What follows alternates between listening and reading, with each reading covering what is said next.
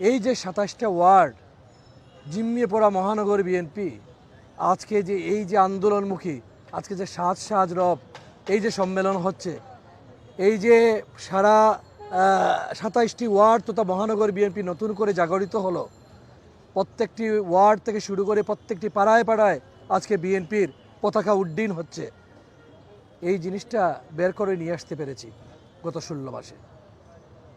এই দলের নেতাকর্মীরা যে সাথে ছিলাম গত ১৪-১৫ বছর যাবৎ একসাথে, শুধু এইটা না, সেই যে শুরু ছাত্র রাজনীতি থেকে শুরু করে স্বৈরাচারী এরশাদ বিরোধী আন্দোলন থেকে শুরু করা রাজনীতি, এরশাদ পতনের পর ৯১-এ এমসি কলেজ বিশ্ববিদ্যালয় কলেজ ছাত্রদলের সভাপতি হয়েছিলাম। এরপর ছাত্রদলের ধাপে ধাপে এই সিলেট মহানগরের ছাত্রদলের সিনিয়র যুগ্ম আহ্বায়কের দায়িত্ব পালন করেছি, কেন্দ্রে দায়িত্ব পালন করেছি, মহানগরে বারবার দায়িত্ব পালন করেছি, আহ্বায়ক কমিটিতে মহানগর বিএনপির দায়িত্ব পালন করেছি, নির্বাচিত সাংগঠনিক সম্পাদক হিসেবে ২০১৬ ৭ ফেব্রুয়ারি থেকে দীর্ঘ ৫ বছর যাবৎ। এই যে পরিক্রমা, এই পরিক্রমায় কখনো নেতাকর্মীকে তো ছেড়ে যাই নাই, নেতাকর্মীর সাথেই ছিলাম।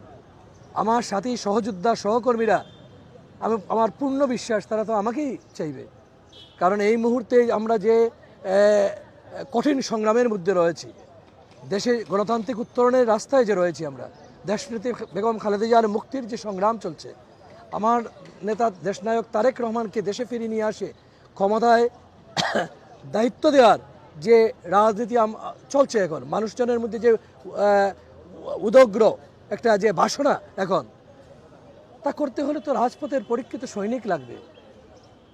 আমার সহযোদ্ধারা তাই মনে করে। আমি ২৭টি ওয়ার্ড ঘুরে দেখিয়েছি যে তাদের ভালোবাসায় আমি সিক্ত। তো এই অবস্থায় আমি আশাবাদী এবং আমি মনে করি তারা আমাকেই বেছে নেবে। শাসন এটা একটা দলের সম্মেলন, এই সম্মেলন তো বাধাগ্রস্ত করবে না, আমরা বিশ্বাস রাখতে চাই যে এটা করবে না। আর সেই রাস্তায় যদি কেউ যায় তাহলে তো সিলেটের জনগণ তাদেরকে ছেড়ে দেবে না। আর বিশৃঙ্খলা, বিএনপির সুশৃঙ্খল দল, আমরা ঐক্যবদ্ধ, আমরা সবাই ঐক্যবদ্ধ। এখানে পার্টির ভিতরে আমরা যেভাবে গণতন্ত্রের জন্য সংগ্রাম করছি, বাইরে পার্টির আভ্যন্তরীণ গণতন্ত্রের চর্চা হচ্ছে। আমরা প্রত্যেকটি ওয়ার্ডে দেখেছেন আমরা গণতান্ত্রিক প্রক্রিয়ায় সম্মেলন এবং কাউন্সিলের মধ্য দিয়ে আমরা কমিটি গঠন করেছি।